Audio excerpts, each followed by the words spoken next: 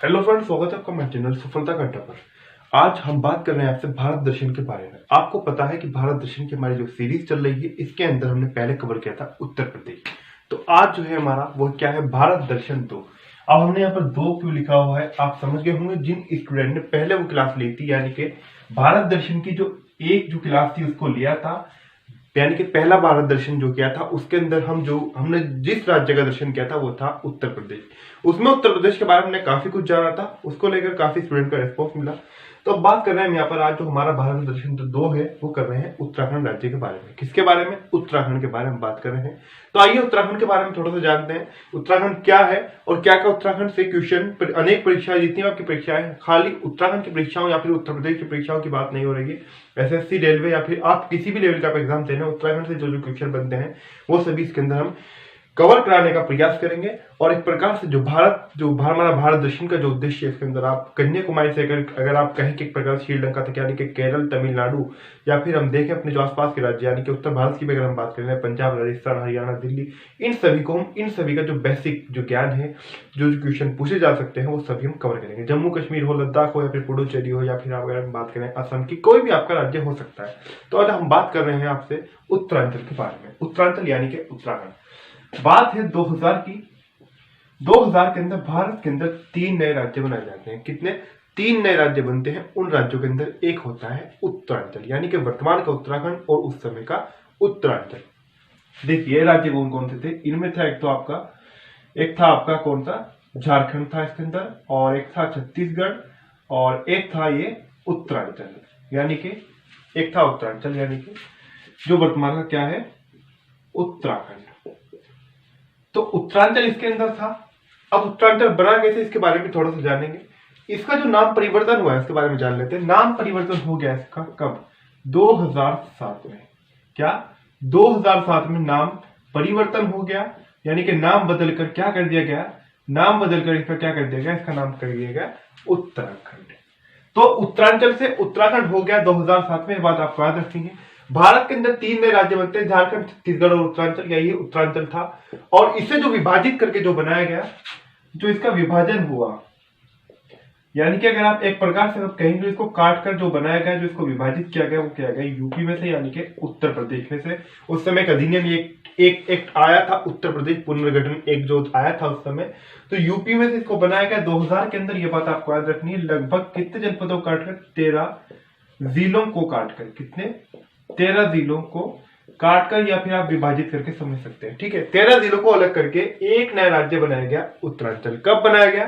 2000 के अंदर। किस राज्य में से?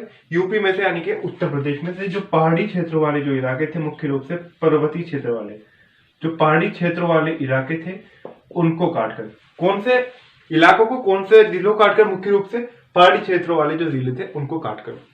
हालांकि अगर हम बात करें, वैसे तो अगर हम बात करें मुख्य रूप से जो उत्तर प्रदेश का जनपद है सहारनपुर जनपद, यानी कि वहां से, उसके अंदर भी अगर हम बात देखें, जो उसका प्रवेश द्वार है, वहां पर भी थोड़े बहुत पहाड़ जो है वो शुरू हो जाते हैं उत्तर, जैसा कि उसका एंड होता है सहारनपुर, यानी कि जैसे कि हम उत्तराखंड, जैसा कि अगर मैं आपको कुछ छोटा सा उदाहरण दूं, यह उत्तर प्रदेश के अंदर है ऊपर सहारनपुर, इसके यहाँ पर ऊपर हिमाचल, इधर उत्तराखंड, और इसके क्या है इधर है हरियाणा। अब जैसे ही आप यहाँ पर जाना शुरू होंगे ऊपर, तो यहाँ पर ऊपर क्या है, यहाँ पर पहाड़ स्टार्ट होना शुरू हो जाते हैं, यानी कि जो पहाड़ी क्षेत्र है। ठीक है, समझ रहे हैं बात को। अब अगर हम बात करें इसके साइड में, जो इधर हरिद्वार जो है, जो आप अलग से जो हरिद्वार, इधर को जो हरिद्वार देखते हैं आप, इस हरिद्वार की अगर हम बात करें, तो ये हरिद्वार भी उस समय किसका हिस्सा होता था? उस समय सहारनपुर मंडल था, हालांकि वर्तमान में भी है। उस समय सहारनपुर डिवीजन था पहले टाइम में भी, यानी कि उस समय। वो एक बात की बात हो सकती है, यूपी का जीके हो सकता है। जब हम यूपी का जीके कवर करेंगे तो आपको बता दी जाएगी कि सहारनपुर का क्या इतिहास रहा है, कब कब वो मंडल बनता रहा और खत्म होता रहा, वो एक अलग मामला है। तो ये जो हरिद्वार जो डिस्ट्रिक्ट है, ये किसका हिस्सा था? सहारनपुर का था। अब ये सारी बात मैं आपको यहाँ पर ये क्यों बता रहा हूँ, इसका कारण क्या है? क्योंकि जिस भी अगर हम बात करें, चाहे कुमाऊं क्षेत्र देख लें, नैनीताल देख लें, उत्तरकाशी देख लें, जो भी इस तरह के जो क्षेत्र है किसके, उत्तराखंड के, अगर हम बात करें यहाँ पर हरिद्वार की, तो हरिद्वार इनके पेक्षा, हालांकि हरिद्वार भी एक प्रकार से पर्वतीय जिला कहलाएगा, लेकिन उस प्रकार से ये जो अन्य उत्तराखंड के जो पहाड़ी जो क्षेत्रों वाले जो जिले हैं, उनकी अपेक्षा, उनके मुकाबले ये इतना पहाड़ी क्षेत्रों वाला जिला नहीं है। ये किसके अंतर्गत आता था? ये सहारनपुर के अंतर्गत आता था। उत्तर प्रदेश का जो सहारनपुर, यानी कि वर्तमान में जनपद, यानी कि मंडल है, उस समय भी ये मंडल था, यानी कि सभी पे तो उत्तर प्रदेश समान था। लेकिन इसे उत्तर प्रदेश से लेकर कहां पर किसमें शामिल किया गया, यानी कि जो उत्तराखंड के लिए जो उत्तरांचल के जो जिले चयनित किए गए थे उनके अंदर इसको भी मिला लिया गया, यानी कि सहारनपुर मंडल से एक जिला ले लिया गया हरिद्वार। तो हरिद्वार को जब ले लिया गया, हरिद्वार भी उत्तरांचल का जिला बन गया, यानी कि उत्तरांचल में उसी समय यानी कि 2000 के अंदर ही इसका हिस्सा बन गया। तो ये बात यहाँ से आपको याद रखनी है, ठीक है। अब हम बात कर रहे हैं आपसे उत्तरांचल के बारे में। यहाँ पर एक और चीज लिखी हुई है, इसकी राजधानी के बारे में भी जानेंगे, राजधानी को लेकर कब क्या विवाद रहा और क्यों विवाद रहा वो भी थोड़ा सा पढ़ेंगे, क्योंकि इस तरह क्वेश्चन आपसे इंटरव्यू के अंदर भी अगर बात करें, पीसीएस के अंदर, यूपीएससी के अंदर इस तरह के क्वेश्चन पूछ ले जाते हैं। जैसे कि वो क्वेश्चन था संस्कृत भाषा वाला, रेलवे स्टेशन पर संस्कृत का नाम चेंज हुआ था, वो क्वेश्चन भी इंटरव्यू वगैरह के अंदर पूछा गया है कि वहां पर जो भाषा है, जो नाम चेंज है, उसको लेकर विवाद है, क्योंकि उत्तर प्रदेश की जो राजकीय भाषा थी वो कहते हैं 1989 से वो उर्दू है और ये इसका हिस्सा था उत्तराखंड। तो पहले जाहिर सी बात है यहाँ की भी जो राजकीय भाषा है वो उर्दू ही थी, लेकिन जब एक नया राज्य बना, अस्तित्व में आया, तो इसने अपनी जो राजकीय भाषा रखी यानी कि द्वितीय यानी कि दूसरे नंबर की, पहली तो हिंदी ही है, तो वो इसने अपनी संस्कृत रखी थी, तो वो नाम परिवर्तन हुआ है। आपको पता है देश के अंदर किस किस तरह के विवाद होते हैं, खैर छोड़िए। तो वो सभी चीजें भी इसके अंदर हम पढ़ेंगे। अब हम बात कर रहे हैं यहाँ पर उत्तराखंड की, यहाँ पर बात चल रही है, हमने सब यहाँ पर कितनी बातें जानी आपने देख लिया होगा। उत्तराखंड को लेकर यहाँ पर एक और चीज हमने लिखी हुई है, क्या ये लिखा हुआ हमने यहाँ पर, रामपुर तिराहा यानी कि मुजफ्फरनगर, ये मुजफ्फरनगर यूपी, यानी कि आप वैसे ही मुजफ्फरनगर को आप जानते होंगे। तो रामपुर तिराहा ये इतना महत्वपूर्ण क्यों है, इसके बारे में क्या मामला है। रामपुर तिराहा की अगर मैं आपको बात बता दूं, यहाँ पर क्या होता है, प्रत्येक वर्ष जो उत्तराखंड के जो मुख्यमंत्री, किसके उत्तराखंड के क्या है, उत्तराखंड के जो सीएम है वो क्या करना आते हैं, प्रत्येक वर्ष पहुंचते हैं उत्तराखंड राज्य के अंदर, किसी भी पार्टी की सरकार हो, किसी भी दल की सरकार हो, कोई भी वहां पर मुख्यमंत्री हो, वो प्रत्येक वर्ष यूपी के मुजफ्फरनगर आता है। वहीं पर सीमा मिलती कुछ ही दूर है, यानी कि मुजफ्फरनगर कहां से, उत्तराखंड से। तो वो यहाँ पर आता है मुजफ्फरनगर के अंदर, यानी कि जो भी सीएम होते हैं वहां पर आते हैं, पहुंचते हैं और जो शहीद है उनको श्रद्धांजलि देते हैं। ये शहीद कौन है, अगर मैं एक प्रकार से आपको बात बताऊं तो इन्हीं शहीदों के कारण आज उत्तराखंड अपने अस्तित्व में है, यानी कि वो लोग हैं जिन्होंने उत्तराखंड के लिए कुर्बानियां दी, यानी कि जो उत्तराखंड के लिए शहीद हो गए। यानी कि आप जानते हैं कि देश के अंदर क्या स्थितियां है वर्तमान में, अगर हम बात करें, कोई बड़ा राज्य उसका विकास नहीं हो पाता तो उसको मांग चलती है कि मतलब उसको छोटा किया जाए, उस प्रकार की, और कोई मांग कितने दशकों में पूरी होती है, बात आप भी जानते हैं। तो यहाँ पर क्या हो रहा था कि जैसे कि जो प्रदर्शनकारी थे वो रैली के लिए जा रहे थे, ये बात है लगभग 1994 की, कब की, 1994 अक्टूबर की बात है, तो ये बात आपको याद रखनी है। तो पुलिस ने जो बैरिकेडिंग कर रखा था, जब जो प्रदर्शनकारी थे यानी कि जो मांग करने वाले थे किसकी, उत्तराखंड राज्य की, जब उन्होंने इसे क्रॉस करने की कोशिश की, यानी कि इधर पुलिस थी, सामने सरकार ने पुलिस लगा रखी थी और इधर जो थे वो प्रदर्शनकारी यानी कि जिनकी मांग थी वो थे, तो आपस में भिड़ंत हो गई, किस किस में, पुलिस में और जनता में, यानी कि जो प्रदर्शनकारी थे। अब प्रदर्शनकारियों की तरफ से क्या उपद्रव हुआ या नहीं हुआ, या फिर पुलिस की तरफ से क्या अत्याचार हुआ, या फिर क्या जवाबी कार्रवाई की गई, जो भी हुआ, खैर जो भी हुआ वो बहुत बुरा हुआ, चाहे जिधर से भी हुआ। अब उसी को लेकर उसके अंदर जो भी जो प्रदर्शनकारी जो मारे गए थे उन्हीं को श्रद्धांजलि देने के लिए उत्तराखंड के सीएम पहुंचते हैं, कहां पर, मुजफ्फरनगर, प्रत्येक वर्ष। कहां पर, ये रामपुर एक गांव पड़ता है मुजफ्फरनगर जनपद के अंदर। इस तिराहा जो तिराहा है, रामपुर तिराहा प्रसिद्ध जगह है मुजफ्फरनगर के अंदर, वहां पर इनका क्या है, शहीदों का एक शहीद स्मारक है, क्या है, शहीद स्मारक बना हुआ है। 1 बीघा भूमि के अंदर वो शहीद स्मारक है। वो किसी व्यक्ति ने मुजफ्फरनगर के जो आसपास के वहां के थे, रामपुर के, उन्होंने इस भूमि को क्या किया था, इस भूमि को दान कर दिया था उत्तराखंड को। अब इतने लोगों ने अपनी जानें दी हैं, होते हैं इस तरह के भी मान लोग, उन्होंने अपनी इस भूमि को क्या कर दिया था, दान कर दिया था। यहीं पर शहीद स्मारक वगैरह बना हुआ है, तो यहीं पर श्रद्धांजलि दी जाती है। अब इनके अंदर जो भिड़ंत वगैरह हुई, यहाँ तक की तमाम यहाँ तक की बातें कही जाती कि इसके अंदर बलात्कार किए गए, उसके अंदर यानी कि बहुत ज्यादा, यानी कि जो आप सोच भी नहीं सकते वो हर काम उस जो भिड़ंत हो रही थी उस दौरान किया गया, चाहे पुलिसकर्मियों की ओर से जनता पर हो या फिर जनता की ओर से पुलिसकर्मियों पर, यानी कि तरह तरह की बातें, दोनों अपने अपने पक्ष है। खैर हमें इस बेस में भी नहीं पढ़ना है, जो होना था वो हो गया, लेकिन जो कि मतलब नहीं होना चाहिए था, यानी कि ये काम शांतिपूर्वक निमट सकता था, यानी कि अगर हमारी जो राजनीति है वो सही होती। इसके अंदर किसी भी का नाम उसको हम बात नहीं कर सकते हैं क्या किसका दोष है, पूरा एक तरह से सिस्टम ये सा है। तो खैर छोड़ के अब बात कर रहे हैं यहाँ पर आपसे, इतनी बातें सभी आपको क्लियर हो गई। अब रामपुर तिराहा क्या है, इसके बारे में मैंने आपको थोड़ा सा इसके बारे में बता दिया, कितनी बीघा भूमि, यहाँ तक कि मैंने आपको बता दिया। हालांकि ये चीजें कोई और आपको नहीं बताने वाला है। अगर आप उत्तराखंड का लगती वैसे जी के पढ़ेंगे, पूरी सीरीज चलेगी, यानी किसी चैनल पर आप चल भी रहे हो, आप देख भी रहे हो, तो वो इतनी बातें नहीं बताता कि 1 बीघा भूमि थी, क्योंकि इस तरह के क्वेश्चन लॉजिक पता होना चाहिए और वैसे ही परीक्षाओं के अंदर पूछ लिए जाते हैं। अब हम बात कर रहे हैं देहरादून उत्तराखंड के बारे में। देखिएगा, जब उत्तराखंड क्या हुआ था, यानी कि इस उत्तरांचल को जब कौन क्या था, जब उत्तरांचल था, क्या था, उत्तरांचल जब था तो कैपिटल बनाया गया इसे, किसे, देहरादून को क्या बना दिया गया, राजधानी बना दिया गया। यानी कि एक प्रकार से सोच सकते हैं कि देहरादून उस प्रकार से उस समय उस लेवल का विकसित एक शहर था। तो देहरादून को क्या बना दिया गया, देहरादून को बना दिया गया क्या, यहाँ की राजधानी बना दिया गया, यानी कैपिटल बना दिया गया। अब एक और राजधानी की एक साल पहले घोषणा हुई थी, किसकी, गैरसैंण की। अब ये गैरसैंण क्या है, एक छोटा सा कस्बा है, लेकिन क्या है, ये पूरी तरीके से अनुकूल है राजधानी बनने के, यानी कि उन मानकों पर ये खरा उतर रहा है। तो उत्तराखंड के जो उस समय के मुख्यमंत्री थे, कौन, त्रिवेंद्र सिंह रावत। कौन, त्रिवेंद्र सिंह रावत, जिन्होंने हाल ही में इस्तीफा दिया है, जिन्होंने अपने राजनीतिक कारणों के चलते।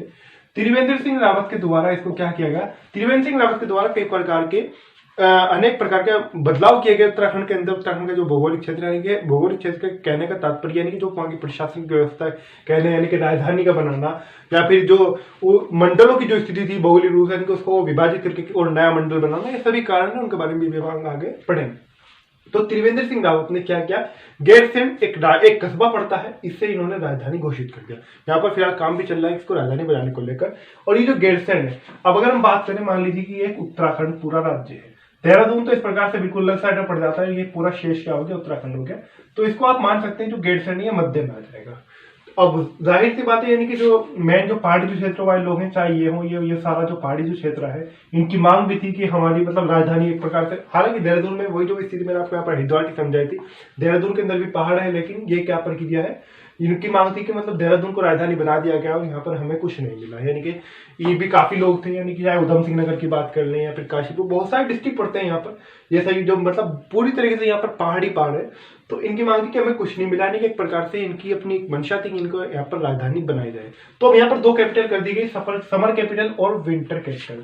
क्या, विंटर कैपिटल और समर कैपिटल यहाँ पर कर दी गई। तो दो राजधानी, तो देहरादून तो आपका यह हो ही जाएगा, ऊपर यहाँ पर टिहरी है, और ये क्या हो जाएगा, ये गैरसैंण क्या हो जाएगा, तो ये गैरसैंण हो जाएगा आपका क्या, ये हो जाएगी यहाँ की दूसरी राजधानी। ठीक है, इसको लेकर काम चल रहा है। अब त्रिवेंद्र सिंह रावत जी जो है वो तो गए, अब यहाँ के मुख्यमंत्री के बारे में बात करें, क्यों विवाद हुआ, ये सारी बातें भी पढ़े। अब आगे बढ़ते हैं थोड़ा सा।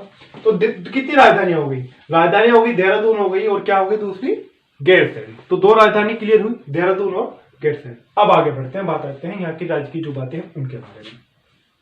राजकीय पशु की अगर आपसे बात करें तो राजकीय पशु है उत्तराखंड का क्या, कस्तूरी मृग। क्या, कस्तूरी मृग। उत्तराखंड का जो राजकीय पशु है वो है कस्तूरी मृग, ये बात आपको याद रखनी है। राजकीय पक्षी की अगर आपसे बात करें तो राजकीय पक्षी मोनाल है। राजकीय पुष्प यहाँ का क्या है, भरम कमल। क्या, राजकीय पुष्प भरम कमल, राजकीय पक्षी मोनाल। राजकीय वृक्ष हो जाएगा बुरांश। और जैसे कि अभी भाषा की बात आपको समझाई थी, तो प्रथम जो भाषा है वो तो हिंदी है, जो द्वितीय भाषा है जिस प्रकार से उत्तर प्रदेश के अंदर क्या है, उर्दू है, उसी प्रकार से यहाँ पर संस्कृत क्या है, भाषा है द्वितीय। कहां पर, उत्तराखंड की ओर हम बात ही कर रहे हैं, ये बात आप जानते हैं। अब बात कर लेते थोड़ी सी मुख्यमंत्री के बारे में। प्रथम मुख्यमंत्री थे यहाँ के कौन, नित्यानंद स्वामी। कौन थे, नित्यानंद स्वामी प्रथम चीफ मिनिस्टर थे, यानी कि फर्स्ट चीफ मिनिस्टर, प्रथम मुख्यमंत्री थे उत्तराखंड राज्य के। प्रथम गवर्नर के यानी कि प्रथम राज्यपाल की अगर आपसे बात करें तो प्रथम राज्यपाल थे सुरजीत सिंह बरनाला। कौन, सुरजीत सिंह बरनाला प्रथम राज्यपाल थे। वर्तमान की बात कर लेते हैं, क्यों यहाँ से नोट करें, बीजेपी की वर्तमान में यहाँ पर सरकार यानी कि भारतीय जनता पार्टी की, और भारतीय जनता पार्टी थी, त्रिवेंद्र सिंह रावत भी मुख्यमंत्री थे, और ये भी थी जो मैं यहाँ पर जो मुख्यमंत्री की बात बता रहा हूँ, यानी कि जो वर्तमान में मुख्यमंत्री है वो है तीरथ सिंह रावत। कौन, तीरथ सिंह रावत। ये भी किससे हैं, ये भी बीजेपी से ही हैं, ये बात आप समझ सकते हैं। तो तीरथ सिंह रावत, इनसे पहले त्रिवेंद्र सिंह रावत थे, तो वो भी क्या थे, मुख्यमंत्री थे, किससे, वो भी बीजेपी से थे। अगर हम बात करें यहाँ पर मुख्य रूप से राजनीतिक दलों की, तो राजनीतिक दल के बारे में भी आप थोड़ा सा जाने। जो मुख्य रूप से यहाँ के जो राजनीतिक दल हैं किसके, उत्तराखंड के, वो दो ही पार्टियां हैं, बड़ी पार्टियां। उसके अलावा जो क्षेत्रीय दल होते हैं तो सभी जगह होते हैं, लेकिन यहाँ पर प्रमुख अगर हम बात करूं, जो सरकारें बनती है और हटती है, यानी कि हर 5 साल में लोग बदल लेते हैं, यानी कि यहाँ पर बदलती है। आईएनसी यानी कि इंडियन नेशनल कांग्रेस यानी कांग्रेस पार्टी, और बीजेपी यानी कि भारतीय जनता पार्टी, इन्हीं दो की अधिकतर यहाँ पर सरकारें रहती हैं, और यही दो यहाँ के बड़े राजनीतिक दल हैं, यानी कि जो देश के हैं वही उत्तराखंड के, बात आपको याद रखनी है। तो यहाँ पर हम तीरथ सिंह रावत की बात करिए, वर्तमान में क्या है, मुख्यमंत्री हैं, बीजेपी यहाँ पर सरकार है। अगर गवर्नर की बात करें, यानी कि जो वर्तमान में गवर्नर है, जो वर्तमान में क्या है, जो वर्तमान में राज्यपाल है, तो वह है बेबी रानी मौर्य। कौन, बेबी रानी मौर्य। क्या है, बेबी रानी मौर्य है वर्तमान समय में उत्तराखंड राज्य की राज्यपाल। तो देखिए हमारी कितनी सारी जो टॉपिक है वैसे क्लियर हुए। अब आगे बढ़ते हैं, थोड़ा सा उच्च न्यायालय यानी कि हाईकोर्ट के बारे में जानते हैं। उत्तराखंड का जो हाई कोर्ट है वो कहां पर है? नैनीताल के अंदर है। कहां पर? नैनीताल के अंदर है उत्तराखंड का हाई कोर्ट। किसका? उत्तराखंड का हाई कोर्ट नैनीताल में है। इसकी जो स्थापना हुई थी, जो इसको स्थापित किया गया था, वो किया गया था 9 नवंबर 2000 में। कब? 9 नवंबर 2000 में क्या किया गया था? इसको स्थापित किया गया था नैनीताल के अंदर जो हाई कोर्ट है। उस बात को आपको याद रखना है। क्या? High court. अच्छा, अब बात करते हैं यहाँ पर सीमाएं के बारे में, कि जो इसकी सीमाएं हैं, जो इसकी सीमा है वो किससे लगती है, सीमाओं जो है इसकी। तो इसकी सीमाओं के बारे में अगर हम आपसे बात करें, उत्तर में, उत्तर दिशा की अगर आपसे बात करें तो वो लगती है तिब्बत, चीन से और हिमाचल से। कितने राज्यों से? 2 राज्यों से। तिब्बत यानी कि चीन के अंदर है तिब्बत, वही तिब्बत आपको पता है, और किससे? हिमाचल प्रदेश से। तो उत्तर में लगती है तिब्बत व हिमाचल से, पश्चिम में लगती है आपके हरियाणा से। किससे? हरियाणा से। और अगर हम बात करें यहाँ पर दक्षिण के बारे में, दक्षिण में लगती है उत्तर प्रदेश से, यानी कि उत्तर प्रदेश के नीचे है। और पूर्व में अगर बात करें तो पूर्व में लगती है नेपाल से। किससे? पूर्व में लगती है नेपाल से। एक और चीज यहाँ से नोट करते चलिए, नेपाल उत्तर प्रदेश के साथ में अपनी सीमा बनाता है। अब बात कर लेते हैं आपसे क्षेत्रफल के बारे में।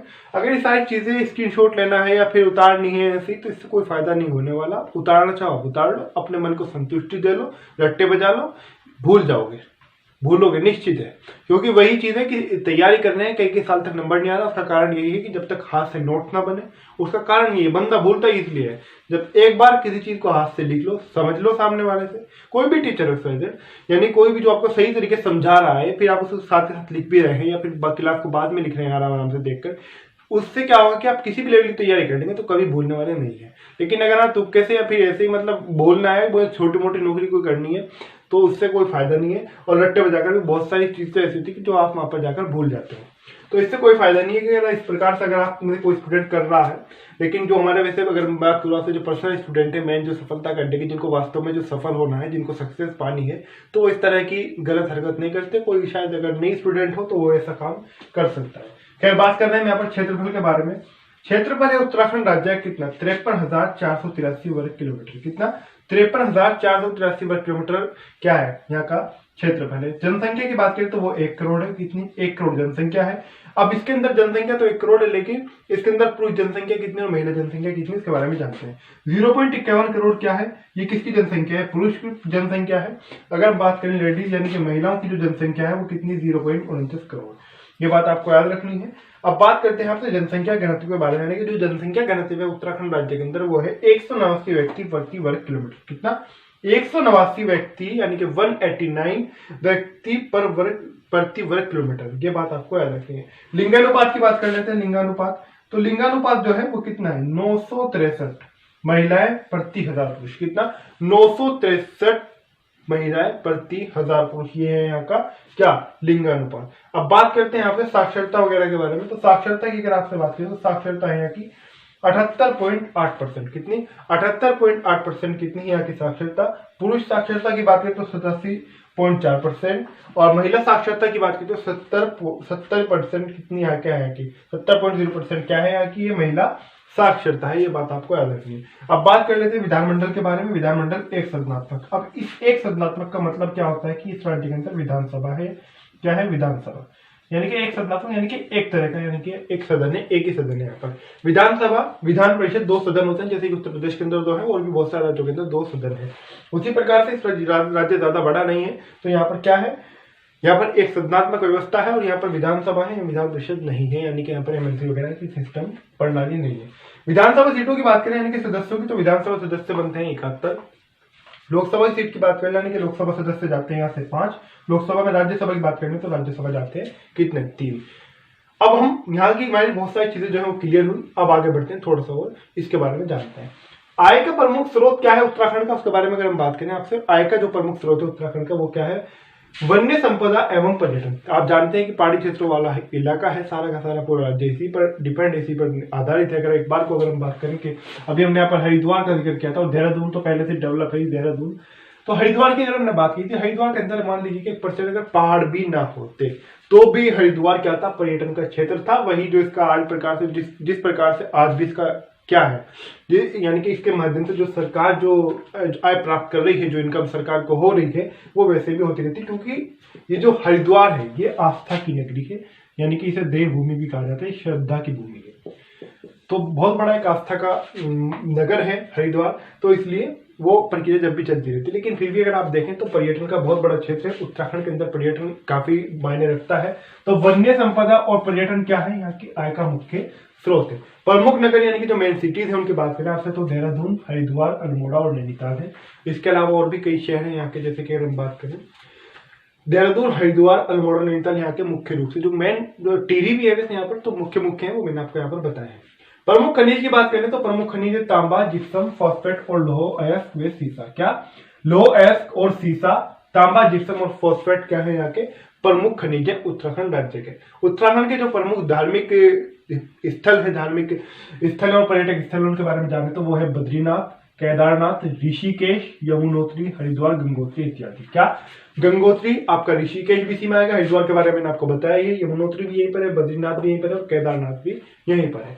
अब बात कर लेते हैं राष्ट्रीय शोध संस्थान के बारे में, यानी कि जो रिसर्च जो संस्थान होती है उनके बारे में बात करें तो वो है एक तो यहाँ पर है Indian institute of petroleum Dehradun. क्या Indian institute of petroleum Dehradun आपको विचलित कहां पर किया जाता है एग्जाम के अंदर, इस तरह के जो मिलते जुलते नाम होते हैं उनसे आपको पूछा जाता है और उनके अंदर आप जब नाम सही से याद नहीं कर पाते तो आप भूल जाते हैं, और याद तो वही कर पाएगा जो साथ साथ नोट्स बना रहा होगा या फिर जो इसको सही प्रकार से पढ़ रहा होगा। तो इंडियन इंस्टीट्यूट ऑफ पेट्रोलियम ये कहां पर है, देहरादून के अंदर है, राष्ट्रीय शोध संस्थान है, किसी भी एग्जाम के अंदर पूछा जा सकता है। सेंट्रल बिल्डिंग रिसर्च इंस्टीट्यूट ये कहां पर है, ये रुड़की के अंदर है। और रुड़की कहां पर है, रुड़की एक प्रकार से अगर हम बात करें तो एक अच्छा शहर है, एक बड़ा सिटी है, लेकिन रुड़की कौन से डिस्ट्रिक्ट के अंतर्गत आता है, वो आता है हरिद्वार के अंदर, ये बात आपको याद रखनी है। तो central building research institute Roorkee. Indian military academy भी कहां पर है, इंडियन मिलिट्री अकादमी देहरादून के अंदर है, ये बात भी आपको याद रखनी है। कहां पर है, इंडियन मिलिट्री अकादमी है देहरादून के अंदर। अब बात कर रहे हैं ऑप्शन किसके बारे में, राष्ट्रीय उद्यानों के बारे में बात कर रहे हैं। तो कार्बेट नेशनल पार्क कहां पर है, रामनगर में है। रामनगर कहां पर आता है, जैसे कि रुड़की हरिद्वार के अंतर्गत आता है, तो उसी प्रकार से रामनगर आता है नैनीताल डिस्ट्रिक्ट के अंदर। कहां पर, नैनीताल के अंदर आता है रामनगर, और रामनगर के अंदर क्या है, कार्बेट नेशनल पार्क। तो यहाँ पर विचलित नहीं होना है, या तो आपको रामनगर लिखा हुआ मिलेगा के अंदर, चाहे ऑनलाइन परीक्षा दे या फिर ऑफलाइन परीक्षा दे, तो इसके अंदर तो रामनगर मिलेगा, नैनीताल मिलेगा, एक ही मिलेगा, तो ध्यान रखना है। तो कॉर्बेट नेशनल पार्क जो है वो कहां पर है, रामनगर में, यानी कि नैनीताल में। वैसे अधिकांश नैनीताल ही लिखा हुआ मिलता है। फूलों की घाटी की बात करें, फूलों की घाटी जो राष्ट्रीय उद्यान है कहां पर है, चमोली के अंदर। तो फूलों की घाटी राष्ट्रीय उद्यान कहां पर है, चमोली के अंदर। चमोली भी एक डिस्ट्रिक्ट है उत्तराखंड राज्य के अंदर। वन्य जीव विहार की अगर आपसे बात करें तो गोविंद वन्य जीव विहार उत्तरकाशी में, यह भी डिस्ट्रिक्ट है उत्तरकाशी, वहां पर क्या गोविंद वन्य जीव विहार उत्तरकाशी। केदारनाथ वन्य जीव विहार की बात करें तो केदारनाथ वन्य जीव विहार की कहां पर है, ये भी चमोली के अंदर है, बात आपको याद रखनी। क्या केदारनाथ वन्य जीव विहार। प्रमुख बांध की अगर हम बात करें तो जैसे कि मैंने आपको यहाँ पर बताया था, टिहरी बांध जो है यहाँ का प्रमुख बांध है, टिहरी बांध, इसे भागीरथी बांध भी कहा जाता है, ये बात आपको याद रखनी है। क्या टिहरी बांध। अब बात कर लेते हैं आपसे यहाँ के प्रमुख दर्रे भी हैं, क्योंकि कोई भी राज्य हो, हर राज्य का अपना अपना एक प्रकार से अपना भौगोलिक उसका महत्व होता है, भौगोलिक उसका अलग अलग प्रकार होता है। तो अगर हम बात करें यानी कि किस राज्य के अंदर किस प्रकार की स्थिति, अब हर जगह तो पहाड़ नहीं होंगे, हर जगह तो खनिज प्राप्त नहीं हो रहा होगा, तो वही प्रक्रिया यहाँ पर दर्रे हैं। तो प्रमुख दर्रों की अगर हम बात करें यहाँ पे, तो प्रमुख दर्रे जो है यहाँ के वो एक तो हो गया लिपू लेक, या लिपू लेक दर्रा है जो कहाँ पर है, पिथौरागढ़ तिब्बत में।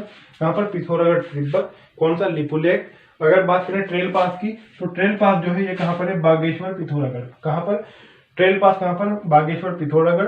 अगर बात करें यागाला, क्या ये चाइनीज नाम है, यागाला, ये है उत्तरकाशी तिब्बत। क्या, उत्तरकाशी तिब्बत। यहाँ के बहुत सारे डिस्ट्रिक्ट जो है, जब जाहिर सी बात है चाइना के साथ सीमा बनाना है तो उसके साथ सीमा बनाते हैं।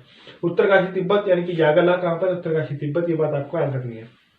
अब मैंने आपको यहाँ पर समझाया था फॉर्मूला किसका, त्रिवेंद्र सिंह रावत की बात बताई, फिर मुख्यमंत्री कौन बन गए, तीरथ सिंह रावत बन गए।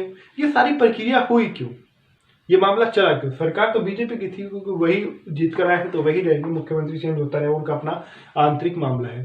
ठीक है, तो त्रिवेंद्र सिंह रावत जब मुख्यमंत्री थे, एक तो ये कारण मान लें, कारण क्या है कि काम तो ठीक किया जो कुछ हुआ था, लेकिन मामला क्या है कि माना जा रहा है, एक प्रकार से मैं अब अलग से बात आपको बता रहा हूं, क्योंकि बात आपको पता होनी चाहिए, क्योंकि ये काम उन्होंने यानी कि अगर हम बात करें शोर मचाकर नहीं किया, यानी कि अचानक काम कर दिया, यानी कि अपनी इच्छा के अनुसार कर दिया। अपनी इच्छा क्या, लेकिन पूरी मंत्रिमंडल वगैरह की मंजूरी लेनी पड़ती है, यानी कि प्रकार समझ सकते हैं कि उनकी अपनी जो राजनीतिक महत्वाकांक्षाएं होती हैं उसके तहत नहीं किया, जो भी मामला हो। ठीक है, उसी प्रकार से मंडल की बात कर लें, इस बात का यानी कि राजधानी की भी इतनी महत्व नहीं है, क्योंकि राजधानी तो एक दिन बननी थी, चाहे जब बनती। ठीक है, मेन बात आती है मंडल की। हमने जिलों के बारे में पढ़ा था, उत्तराखंड में जो डिस्ट्रिक्ट है, वो जो जिले हैं वो है 13 ही काट के बनाए गए थे। मंडल की बात करें, अभी तक यहाँ पर 2 मंडल थे, कितने, एक तो कुमाऊं मंडल था, एक था गढ़वाल मंडल। कितने, 2 मंडल थे उत्तराखंड राज्य के अंदर, कुमाऊं मंडल, गढ़वाल मंडल। अच्छा, एक और नया जो मंडल बना दिया कि इसको लेकर मेन हल्ला मचा, ये था गैरसैंण मंडल। अब गैरसैंण राजधानी बनी, इसे मंडल ही बना दिया गया। तो देखिए, सबसे पहले जानिए हाल ही का जो अपडेट है वो क्या है। गैरसैंण मंडल बना। गैरसैंण मंडल कब बना? ये बना भी 2021 में। कब? 2021 में गैरसैंण को मंडल बना दिया गया। अच्छा, गढ़वाल जो मंडल बना, ये बना था 1969 में, यानी कि 1969 में। ठीक है। अब बात अगर करें कुमाऊं की, तो पहले से ये आजादी से पहले से 1854 में मंडल बना हुआ है। पहले से क्या? कुमाऊं। तो कुमाऊं, गढ़वाल और गैरसैंण यहाँ पर 3 मंडल हैं। कितने यहाँ पर जिले हैं? जिलों की संख्या 13 है। और राज्यसभा लोकसभा सीटों की बात करें तो राज्यसभा 3, लोकसभा 5, विधानसभा सीटें 71। सारी चीजें आपको क्लियर तक हो गई होगी। अच्छा, जो गैरसैंण मंडल बना, ये नया मंडल कहाँ से जन्म कर दिया इन्होंने? कहाँ से आ गया, किस प्रकार से आ गया? इन्होंने क्या काम किया? 2 डिस्ट्रिक्ट इसको उठाए, 2 डिस्ट्रिक्ट उठाए इसके, प्लस 4 मंडल के साथ इसको क्या बना दिया?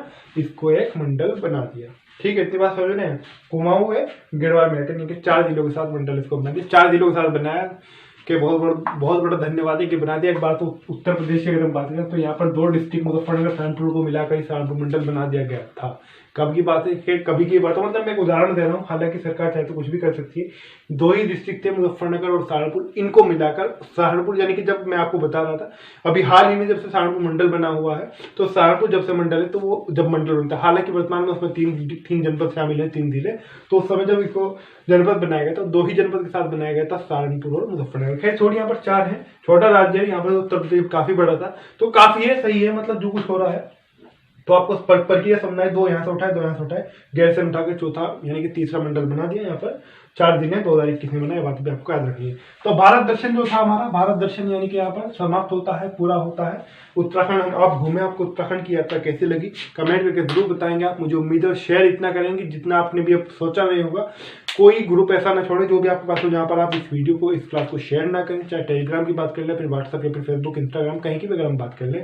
इसके अलावा अगर हम बात करें जो भी आपके फ्रेंड्स हैं जो भी तैयारी कर रहे हैं, तो उत्तराखंड को हमने आपको घुमाया। उत्तराखंड कैसा लगा, क्या बात आपको सही लगी, क्या लगा, मतलब सही तो क्या, मतलब सारा ही, मतलब क्या क्या आपको पहले से पता था और क्या आपको इसके अंदर नई जानकारी पता चली। तो कमेंट के अंदर जो भी कुछ चाहे तो वो सब कुछ, यानी कि कुछ मतलब कुछ अब वो आप जानते हैं कि क्या कमेंट करना है।